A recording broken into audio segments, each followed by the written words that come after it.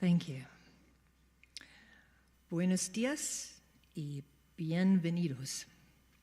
Good morning and welcome to this service of worship at the Unitarian Universalist Church of Tucson.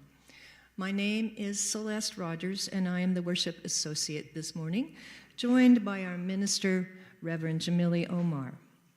Today is Sunday, August 2nd, 2026, a special day of remembrance and recommitment.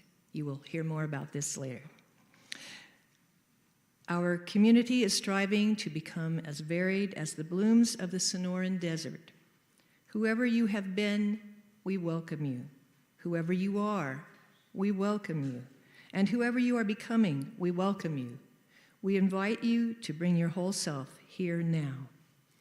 We also welcome our guest musician, Mary Lou Prince. Mary Lou is a composer, conductor, and performer who lived in Japan for over 2 decades, working with Japanese instruments and theater forms. Thank you for your beautiful prelude, Mary Lou, and welcome.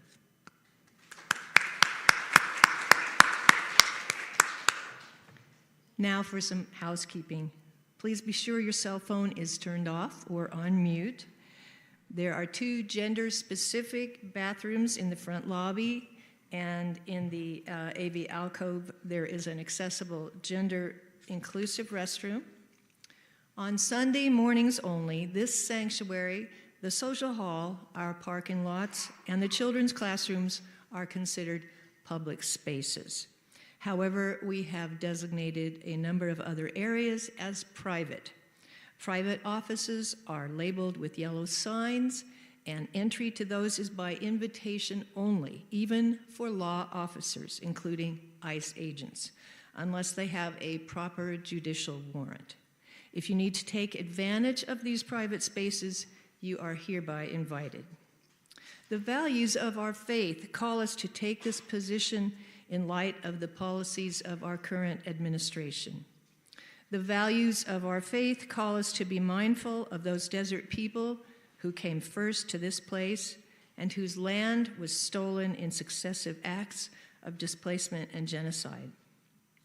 We honor the current and past stewards of our land, the A'atham, the Yaqui, the Apache, the Hohokam, and the many other ancient indigenous peoples whose names are not known to us.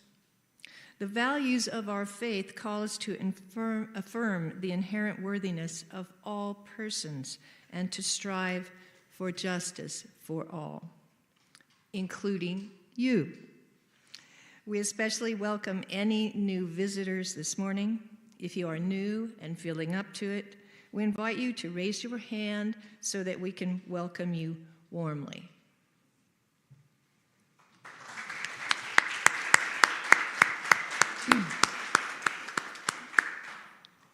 The values of our faith call us to journey towards spiritual wholeness by working to build a diverse, multicultural, beloved community by our actions that accountably dismantle racism and other oppressions in ourselves and our institutions. Welcome to the journey. We are glad you are here.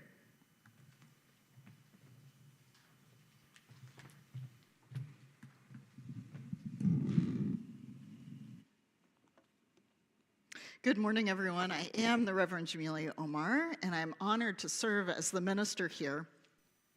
Today, August 2nd, 2026, we remember, honor, and grieve anew the U.S. nuclear bombings of Hiroshima and Nagasaki in August 1945.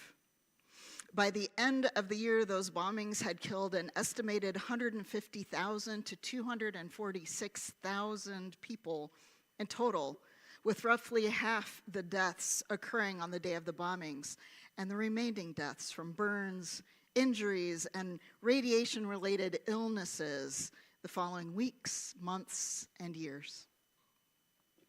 Also today, August 2nd, 2026, we auspiciously begin our monthly theme of collective liberation, a complex concept which can be boiled down to the words attributed to Indigenous Australian activist Lila Watson. She said, "If you have come here to help me, you are wasting your time. But if you have come here because your liberation is bound up with mine, then let us work together." Your liberation is bound up with mine. What does she mean? Because each of us is this vast constellation of identities, some with privileged and some more marginalized, we cannot divest from racism without divesting from misogyny, without divesting from homophobia and transphobia, without divesting from classism, without divesting from ableism, and on and on and on. My liberation is bound up with your liberation. Because when we talk about nuclear weapons, your destruction is bound up in my destruction. We learned at the onset of the nuclear age that while other weapons can maim, commit mass murder, level cities, nuclear weapons do these at a scale with little effort and with consequences for generations. So today, let us remember these truths and let us recommit to real world peace. As it's written at the base of the Children's Peace Monument, inscribed in Japanese, the photo is up here on the screen. Translated to English, it reads, "This is our cry, this is our prayer for building peace in the world." So come today. Let us remember the tragedy and the resilience of the people of Hiroshima and Nagasaki. Let us recommit to a world where no one fears mass annihilation by nuclear weapons. And come, let us worship together. If you're at home and you have a candle or a chalice, please light it as Bert lights our chalice here. We come this day called by war, by the suffering we inflict and endure when minds across borders fail to reason and compromise.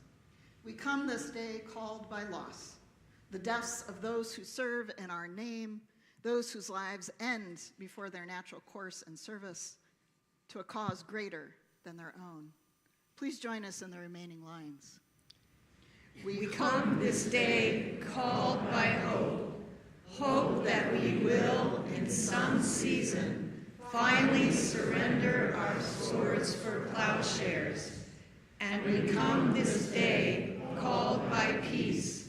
May we hear its song, may we proclaim its promise. May our remembrance today renew our struggle. We can never stay or rest. Our first song today is A Just Peace by Timothy Anderson. Timothy Anderson's a longtime UU music person and former president of the UU Music Association. Would you rise as you are able? This is a song that, while new, sounds old, and I think you'll catch it pretty quick, but just do your best on the first verse. And you feel free to listen to me on the first verse. Try to sing the fourth verse if you can.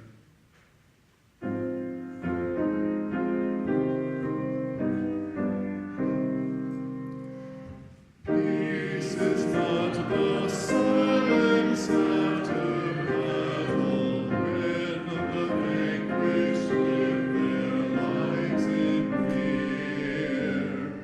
Peace comes when we nurture, care for others, find humanity behind their tears. Peace is not a quiet resignation in the face of anguish and despair. Peace comes when we lift our voice to others, lift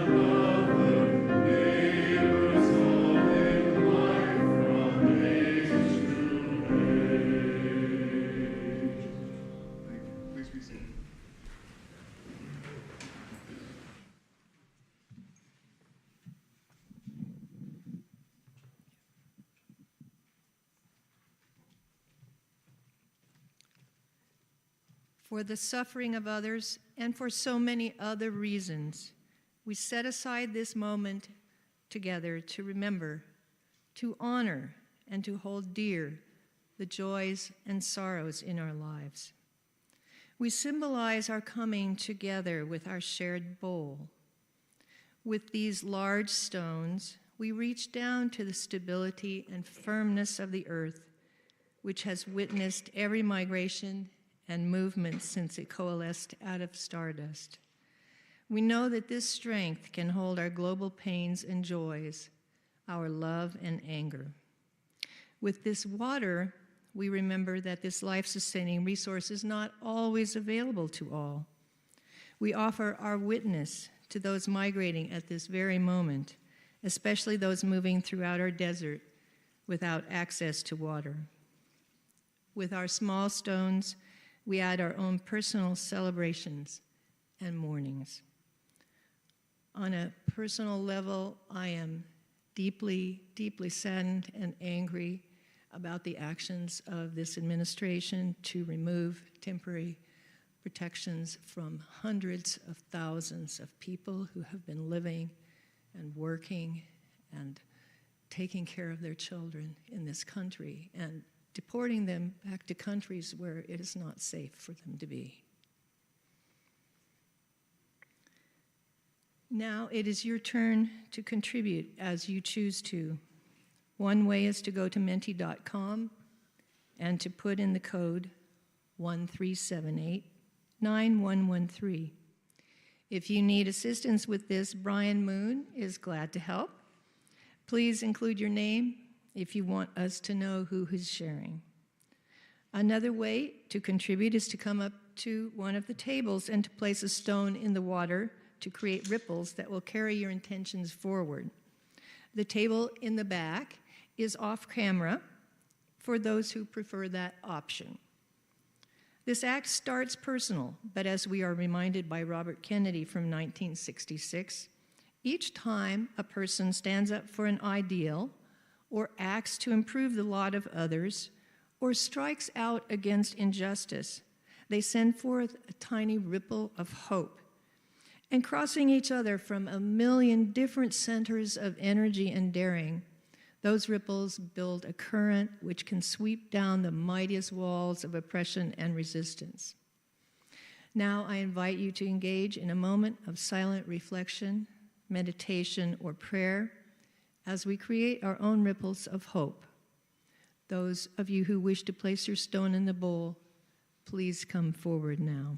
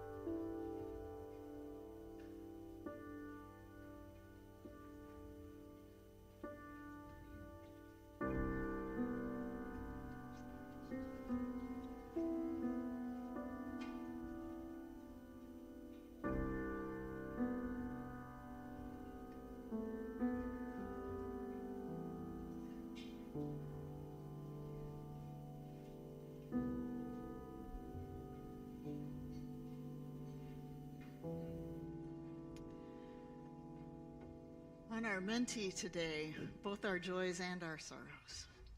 Glad to have visitors from the Southern Arizona Japanese Cultural Coalition. I am too. Thank you all for being here. It is our honor to host you today.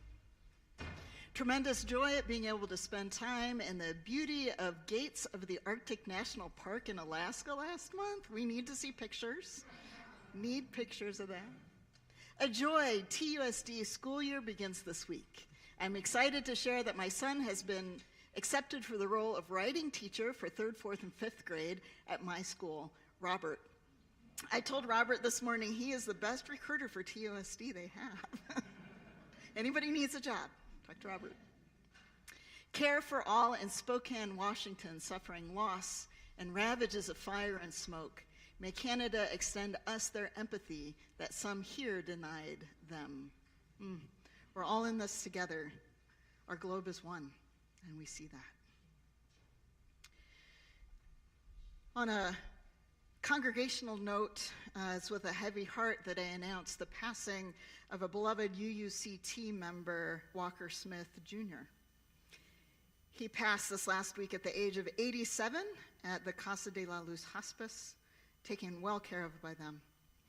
Memorial information will be available soon. The family does plan to have a memorial here sometime in September, and we'll keep you posted on that. Those of you that knew Walker, you would have known he was what we used to call a real character. And I know that I personally will miss his direct and honest way of being with the world. These losses, these joys, the global pain we are witnessing, please join me in a moment of prayer, reflection, meditation, what you need for your heart this morning. As I read these words by minister and former UUA president, the Reverend William Sinkford. A prayer for Hiroshima Day, he says. Like most traumatic scars, the ones that are found in Hiroshima and Nagasaki are permanent, reminders of the terrible damage human beings can inflict. Similar scars can be found in the hearts and souls of people around the world who understand this terror. Scars of grief, sadness, fear, and even shame. None of these scars promise to end to war and devastation.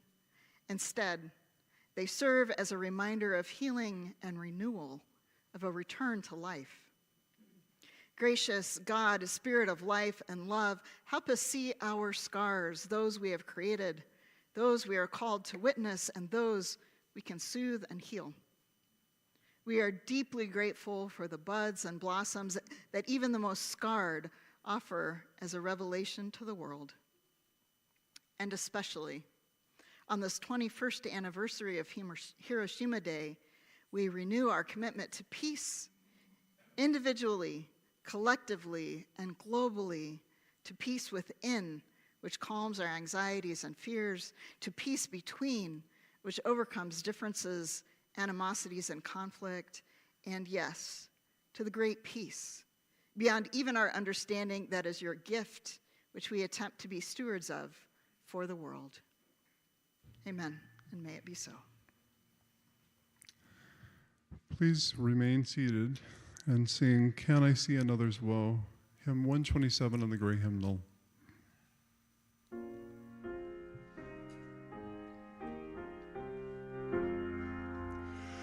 Can I see another's woe and not be in sorrow too? Can I see another's grief and not seek for kind relief? Can I see a falling tear and not feel my sorrows share? Can a father see his child weep nor be with sorrow filled? Can a mother sit and hear infant groan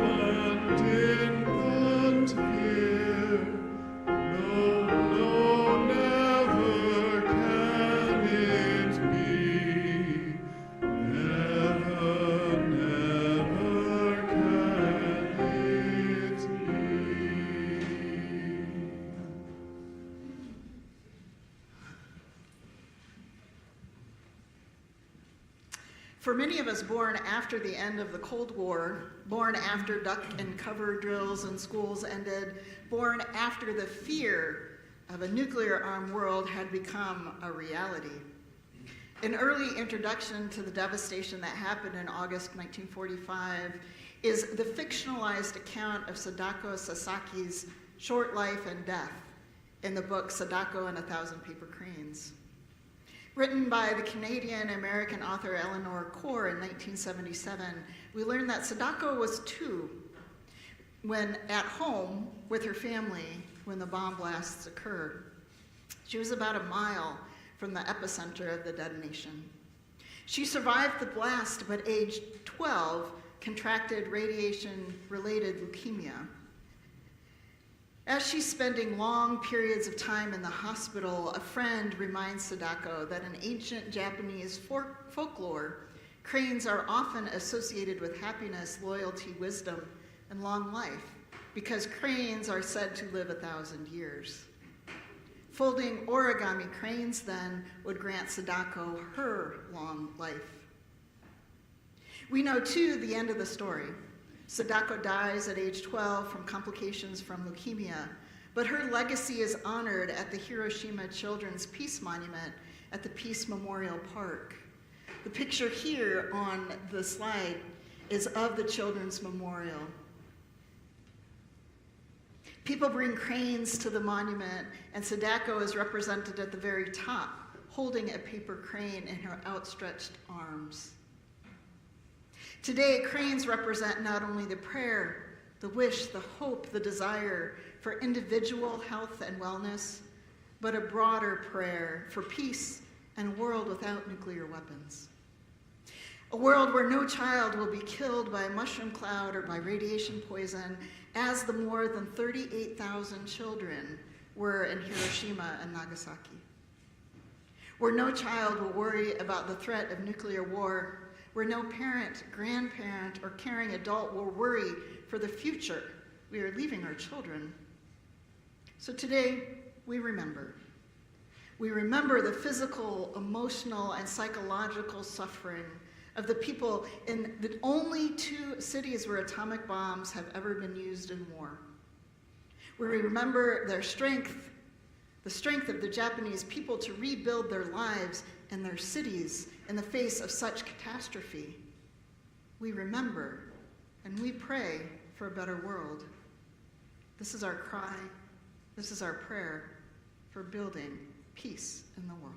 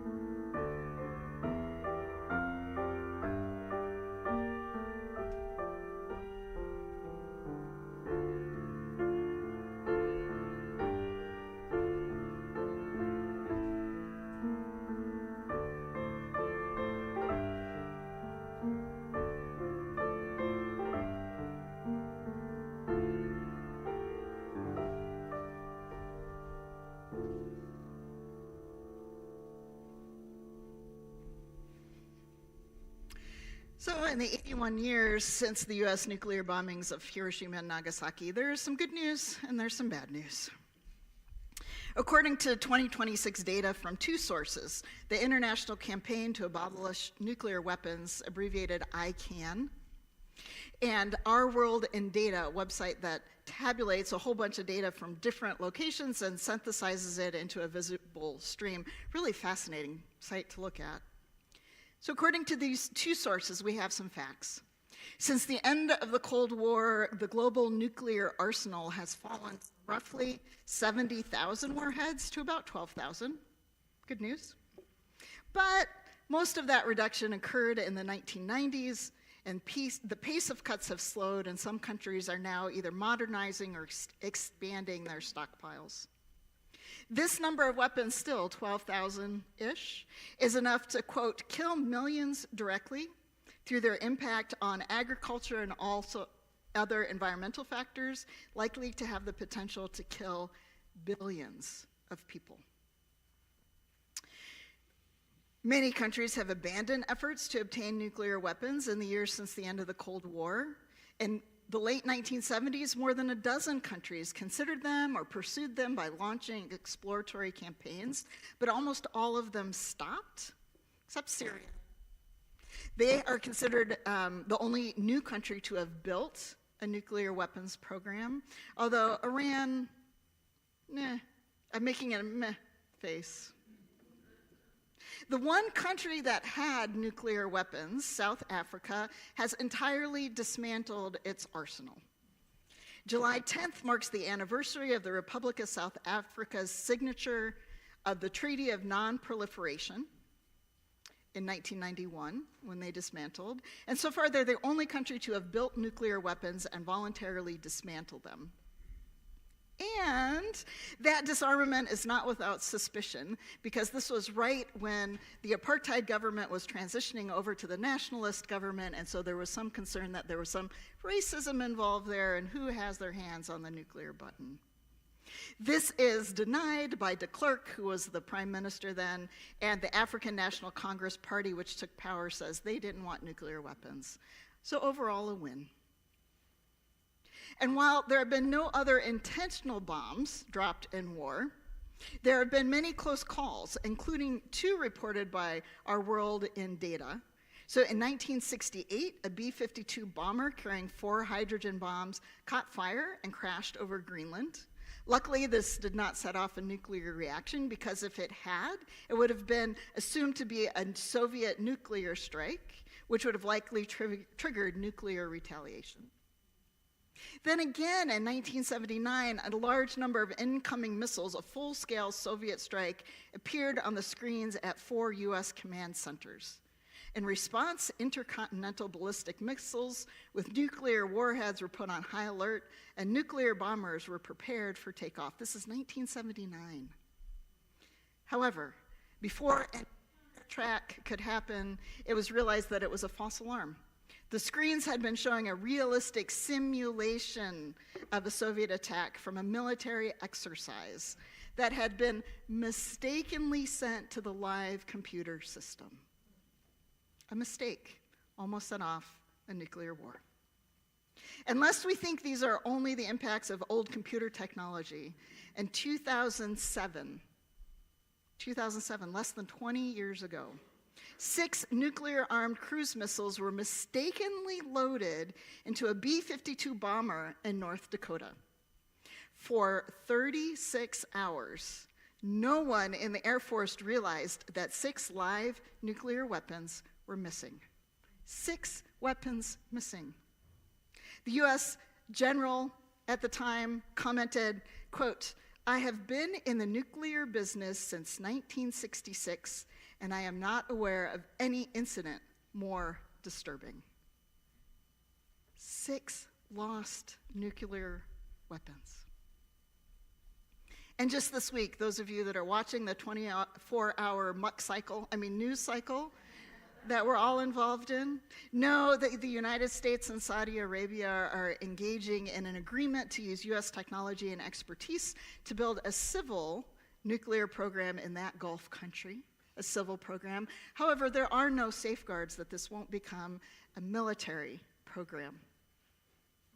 While the details of this deal are complex, the U.S. stands to profit. The U.S. stands to profit. Let's be clear who's going to profit from this. Already, the extremely wealthy oligarchs going to profit billions of dollars in selling U.S. use only uranium and materials to Saudi Arabia. The impacts of this are potentially to destabilize this already fragile part of our globe with more nuclear potentiality. And let's be clear, Israel is one of the countries which already has nuclear weapons. This arms race, ICANN has said, is between these 2 nations who act as a proxy for the global battle in the Middle East. And we are sending nuclear. Discussions of these wins and losses in the fight against nuclear weapons could go on and on. But in general, nuclear non-proliferation doesn't seem as pressing these days. It's not in the news in the same way. Kids are not running duck and cover drills. The threats that our kids face in schools are smaller scale weapons like guns. My kids' schools just had their lockdown drills where they practice hiding not from nuclear terror, but from the child down the street. And the other risks in our society today seem more imminent. The nuclear codes are under lock and key and safe hands in our government, right? Or maybe they're in the bathroom at Mar-a-Lago. Who knows? They could be anywhere. ICANN calls nuclear weapons the most destructive, inhumane, and indiscriminate weapons ever created. Both the scale of the devastation they cause and in their uniquely persistent, spreading, genetically damaging radioactive fallout, they are unlike any other weapons.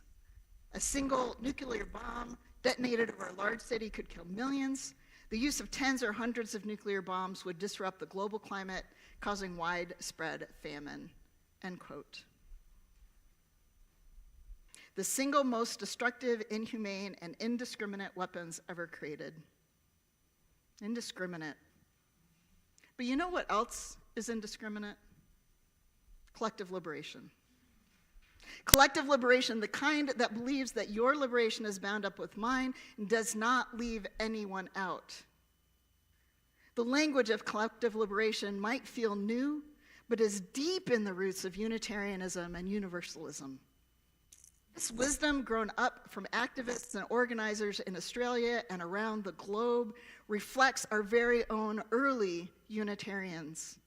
Frances Ellen Watkins Harper, for example. She was a free-born black woman born in 1825 who, quote, held dual membership in Unitarian and African Methodist Episcopal churches in Philadelphia.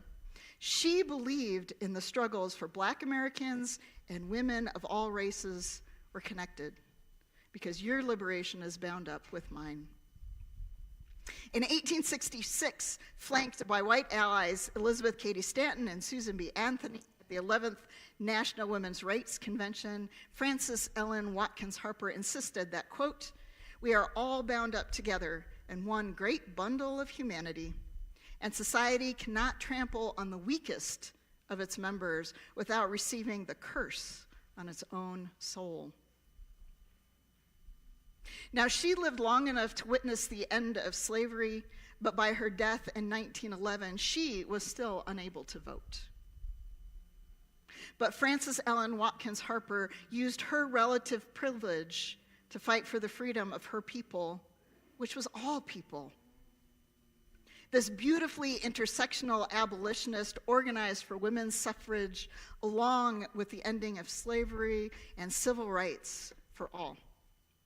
She challenged us on the dire consequences of oppression and how violence we inflict on others, we convince ourselves are less worthy, harms not only their sacredness, but our sacredness.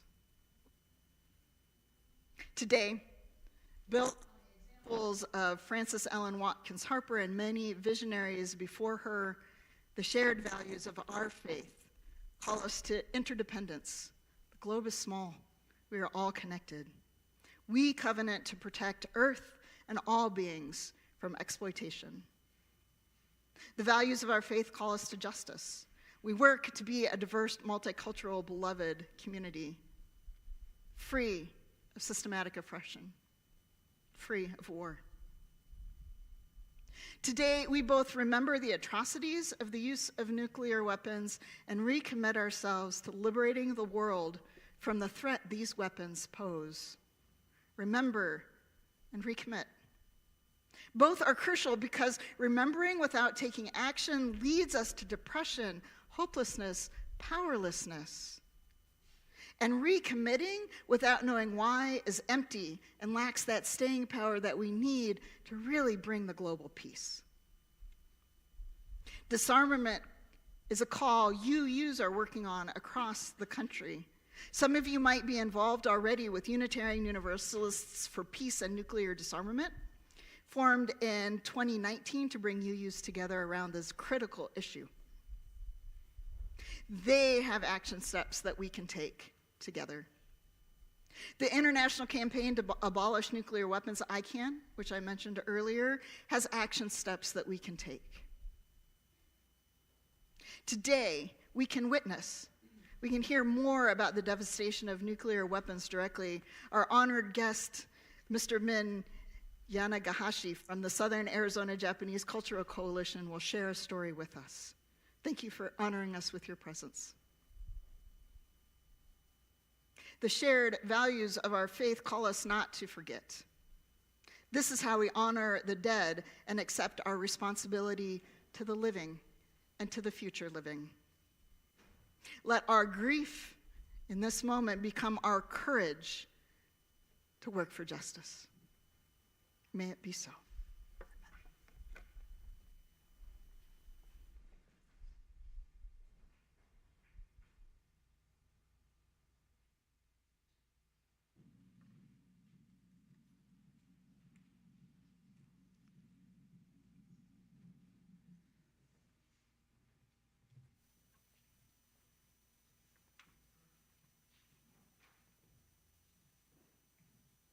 However you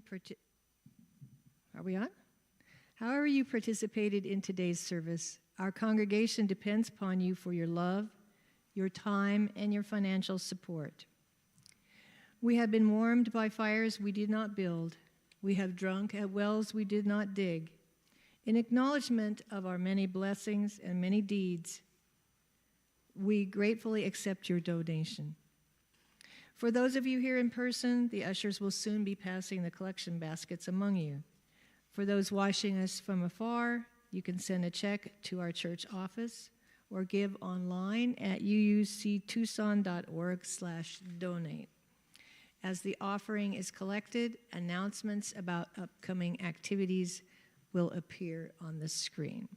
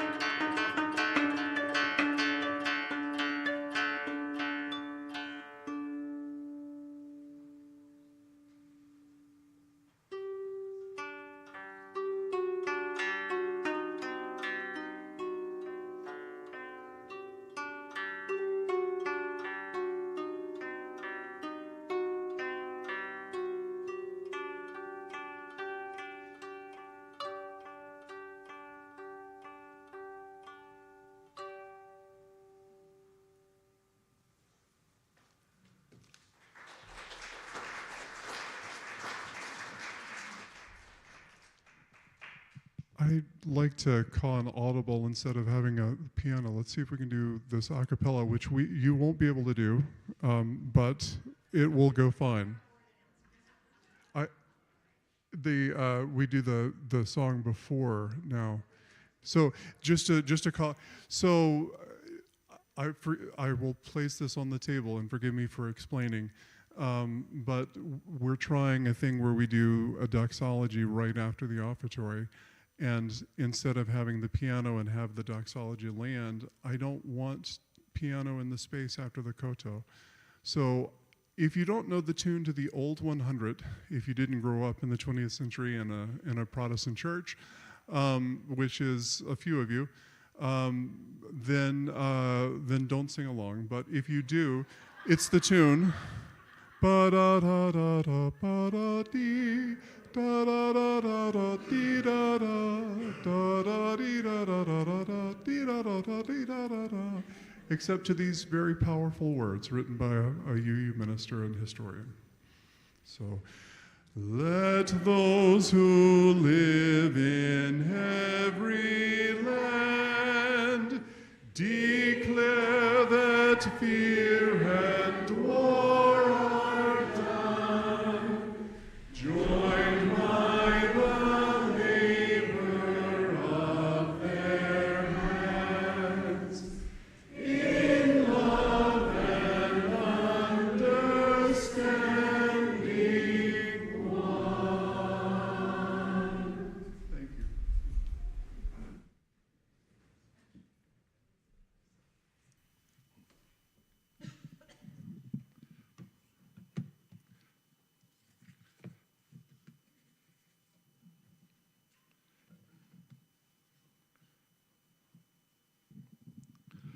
Good morning.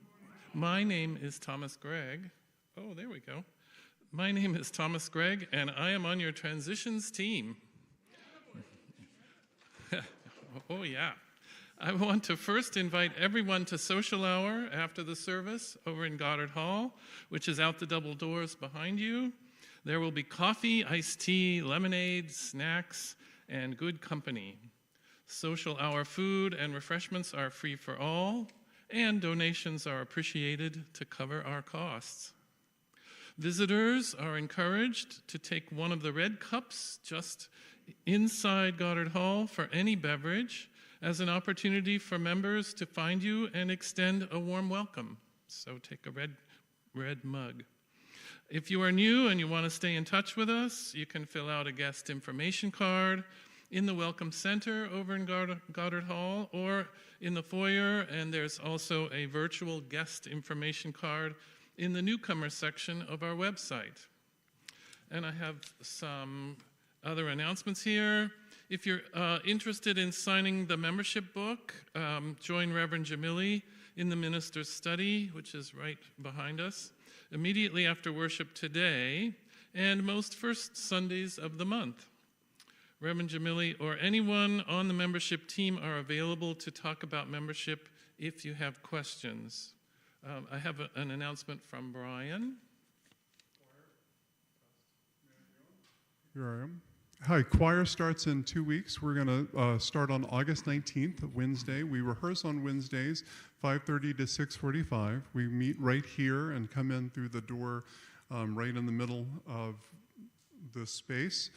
Anyone, you all just passed singing a cappella the 100th, you all have a pass, but anyone can join.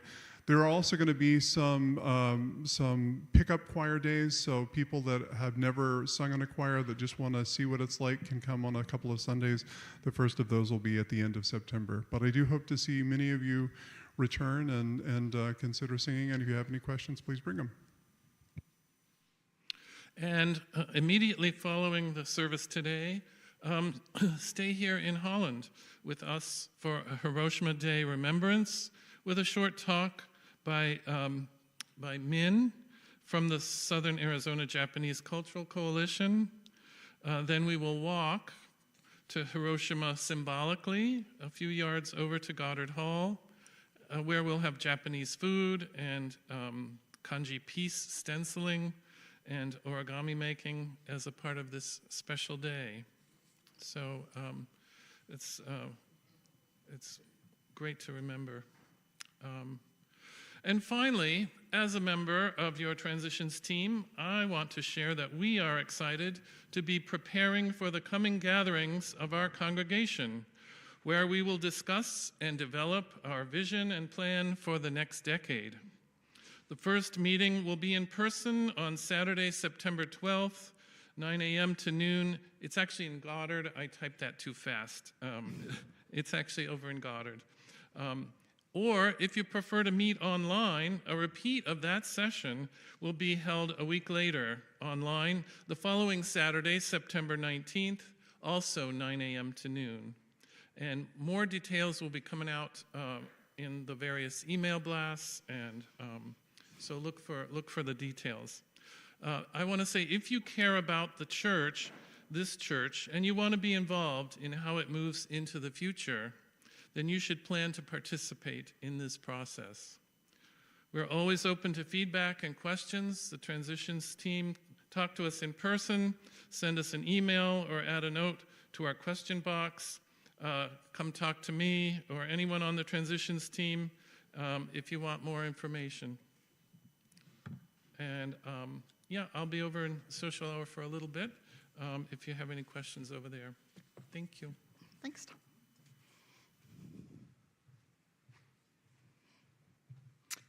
So, friends, I was thinking about, usually we do a story here. Usually we do something that ties the service all together or makes it concrete. I couldn't come up with anything this week. I know. There are a lot of stories out there. There are a lot of really beautiful Japanese folklore. I just couldn't get there because I'm feeling really heavy at this moment. So I wanted to ask you, we have this problem in this world. We've got nuclear weapons. We've got this threat of devastation that none of us are really paying attention to. What do we do? What do we do? What do we do? What are you doing? We vote. We get some people there in the government who will actually keep tight hold of those keys, not leave them on the floor in the bathroom. What else do we do? We talk about it. Attention, bringing the critical eye to it. It's not a dead issue. It's very much alive. What else do? We sing. Some ignore it. Some ignore it. We don't all have to be on the nuclear disarmament bandwagon. We protest. Dee Dee, is that what you were going to say too? Yeah. We protest. Protest. We protest. We can include it in our messaging when we're out there on No King's Day or we're out there, protesting ICE, right? It's all a part of the same system. It's all a part of the armed consciousness that we can dismantle. What else do? We share information on social media. Share information on social media. Social media is incredibly powerful. We bring attention. We vote. We vote again. And we vote again until our democracy has dismantled itself. We vote. Spread the word. We work for true peace. What do you mean by that, Marie? I mean, it's what you were talking about, what the readings were talking about, not just the absence of war, but true peace. Not just the absence of war, but true peace. So this can't happen again. We be role models. We be role models. What do you mean, Dee Dee? Well, like love comes in all forms, and we have to apply it, so sometimes it's not fun, but that makes us grow. Yeah. And starting with ourselves, right? All of the conflict resolution work we've been doing in this congregation is not just for here, right? This is work that we take out into the world. How do we resolve conflict without resorting to weaponry, without resorting to violence? Listen. What do we listen to? Both sides. We listen to everybody. And ultimately, it comes down to our principal value of the inherent worth and dignity of everyone, right? We bring that out into the world, and we live our values in that way. So, friends, go in peace, go with grace, go with love, go knowing that you have a place to come back to that's safe for you. Would you rise as you are able and sing "We Belong to One Another"? The words will be projected on the screen for those that are able to see it. This tune will sound familiar.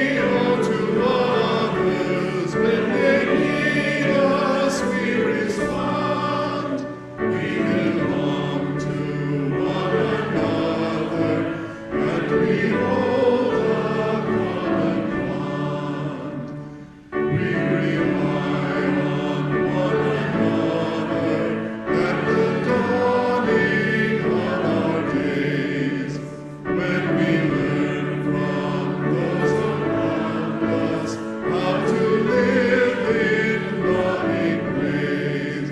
As we grow, we need each other, and the gifts that we can share. As our lives come to their ending, how we need each other's care.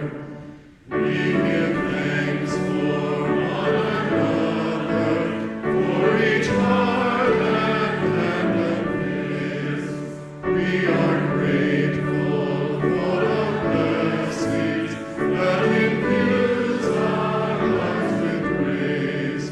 May we offer our abundance as we're given. May we give in our thanks for one another. May we help each other live. Thank you.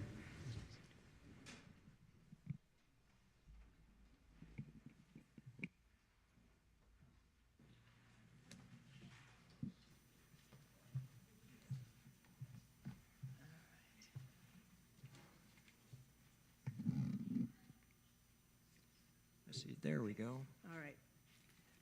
This is the message. Everyone can read this, and then we're going to read in Spanish. First, sorry. We're going to read the English words together. Then Greg is going to lead us in the Spanish words, line by line, and we will extinguish our chalice. This is the message of our faith: to act with passion in the face of injustice, to love with courage in the midst of life's pain.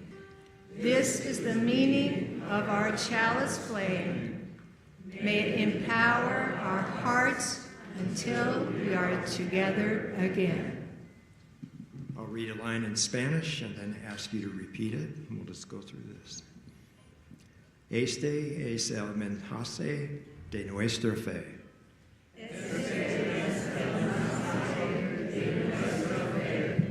Actuar con pasión. Frente a la injusticia. Amar con valentía. En medio del dolor de la vida. Este es el significado de la llama de nuestro cáliz. Que empodere nuestro corazón hasta que estemos juntos otra vez.